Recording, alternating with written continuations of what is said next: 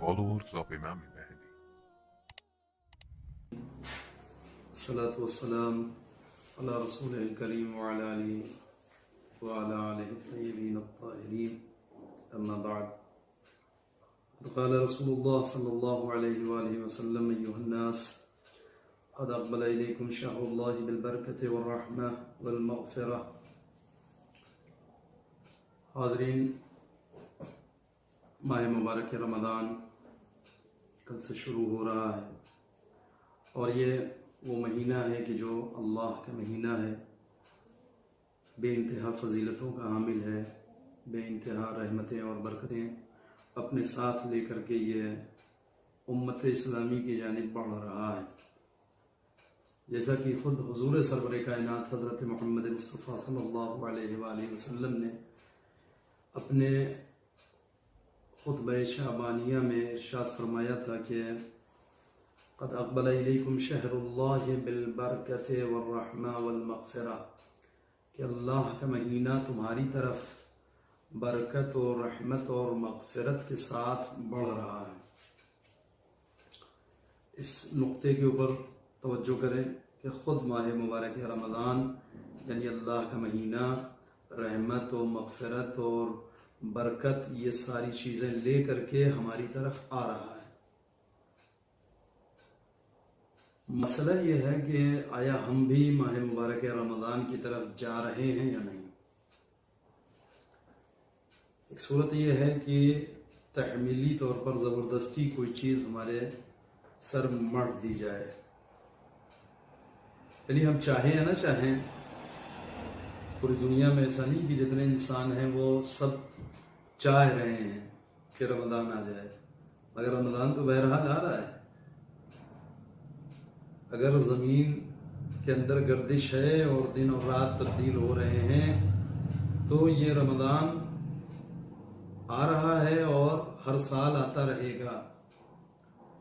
پیغمبر یہ فرما رہے ہیں قد اقبل الیکم شہر اللہ، اللہ کا مہینہ تمہاری طرف آ رہا ہے. اب مسئلہ یہ ہے کہ اللہ کا مہینہ اگر ہماری طرف آ رہا ہے تو کیا وہ زبردستی کسی انسان کو ان تمام رحمتوں، برکتوں اور مغفرت میں شامل کر لے گا کہ جو اپنے ساتھ لے کر کے آ رہا ہے؟ اس لیے کہ آپ جانتے ہیں کہ زمین کے اوپر پوری کائنات میں ماہ مبارک رمضان آ رہا ہے.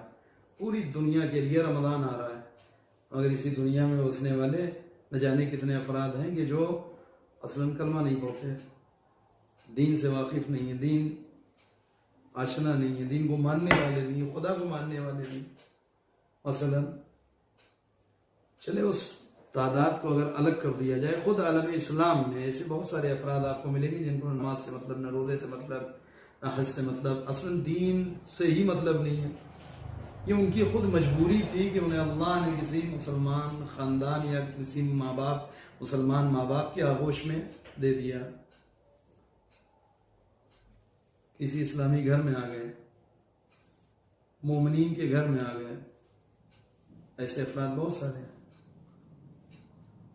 تو کیا صرف چونکہ ماہ مبارک رمضان خود اپنے ساتھ یہ ساری چیزیں لے کر کے آ رہا ہے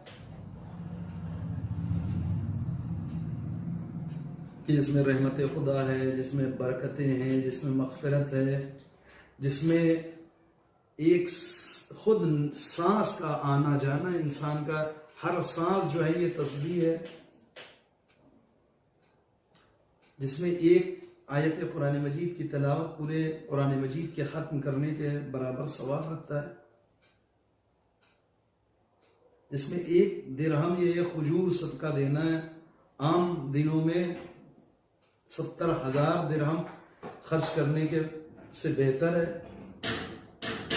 جس کی ایک شب میں عبادت کرنا جسے شب قدر کہتے ہیں وہ 1000 مہینوں سے افضل ہے.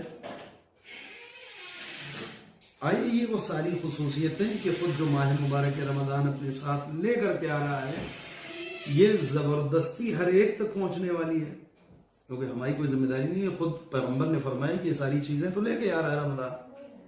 اب بالکل ایسے ہی کہ جیسے کوئی ہمارے گھر آ رہا ہو اور آنے والا اپنے ساتھ کیا کیا لے کے آ رہا ہے ہمیں معلوم. مثلا کوئی ہمارا عزیز ہے جو سعودی میں رہتا ہے, دبئی میں رہتا ہے, لندن میں, امریکہ میں کہیں رہتا ہے, اور آنے سے پہلے بتا دیا گیا ہو کہ فلاں صاحب جو تشریف لا رہے ہیں وہ اپنے ساتھ یہ لا رہے ہیں, یہ لا رہے ہیں, یہ لا رہے ہیں, یہ لا رہے ہیں. تو یہ سارا کام تو ان کا ہے کہ وہ خود لا ہی رہے ہیں. ہماری کیا ذمہ داری اس میں؟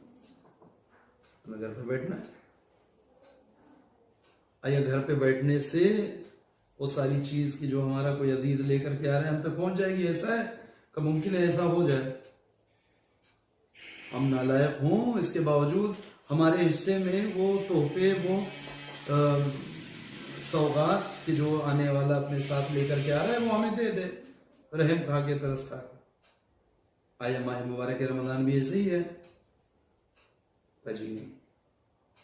اگر اس مثال کے اوپر تھوڑا سا غور کریں تو ممکن ہے کہ ہمیں کچھ, ہم گھر بیٹھے ہوئے ہیں کیونکہ آنے والا ہمیں معلوم ہے کہ وہ آ رہا ہے, ہمارے رکنے سے رکنے والا نہیں ہے, نہ ہم نے بلایا ہے, مگر وہ ایک ہمارا عزیز ہے, ہم سے کوئی نسبت ہے اس کی, وہ آ رہا ہے اور اپنے ساتھ بے انتہا تحفے اور تحائف لے کر کے آ رہا ہے. اب ظاہر ہے کہ ہم گھر بیٹھے ہوئے ہیں, ہم اپنے روم میں, اپنے کمرے کے اندر بیٹھے ہیں کہ جب ان کو آنا ہے وہ آ ہی جائیں گے. مگر کچھ لوگ گاڑی لے کر کے گئے ہیں استقبال کرنے ایئرپورٹ, وہ ایئرپورٹ سے اسے لے کر کے آ رہے ہیں, اسی گھر میں آ رہے ہیں جس میں بیٹھا ہوں, اس عزیز کو لے کر کے آ رہے ہیں کہ جو اپنے ساتھ بے انتہا نعمتیں اور تحفے اور تحائف اور آسانیاں اور آسائش کی بہت ساری چیزیں لے کر کے آ رہا ہے. مثلا لباس ہیں, مثلا اچھے تحفے ہیں, کھانے پینے کی چیزیں ہیں, میوے ہیں وغیرہ. اب کہتے آنے کے بعد جب وہ عزیز آ جائے ایک موقع آئے گا کہ وہ سب جو کچھ لے کر کے آئے ہیں وہ اپنی سوغات کو تقسیم کریں گے. پھر کہا سب کو برابر سے ملے گی؟ کوئی یقیناً نہیں. کوئی انسان کی جس کی صحت پر اس آنے والے کے آنے کا کوئی اثر نہیں پڑا, اس کے اندر کوئی حرکت نہیں پیدا ہوئی, اس کے اندر کوئی تبدیلی پیدا نہیں ہوئی, اس کا کوئی جذبہ ظاہر نہیں ہوا آنے والے کے سلسلے میں, یہ ان سارے لوگوں کے برابر ہیں کہ جو بیچارے رات بھر سوئے نہیں آنے والے کے انتظار میں, یا جو لوگ ایئرپورٹ گئے ہیں لے کر کے آنے کے لیے, جو بار بار فون کر کے پوچھ رہے ہیں کہاں پہنچے. ایک طرف یہ لوگ ہیں اور ایک طرف مجھ جیسے انسان ہے کہ جو اپنے کمرے میں پڑا ہوا ہے کہ آنے والا آ رہا ہے, اسے آنا ہے, ہماری کوئی ذمہ داری نہیں ہے, بھائی ملاقات ہو ہی جائے گی.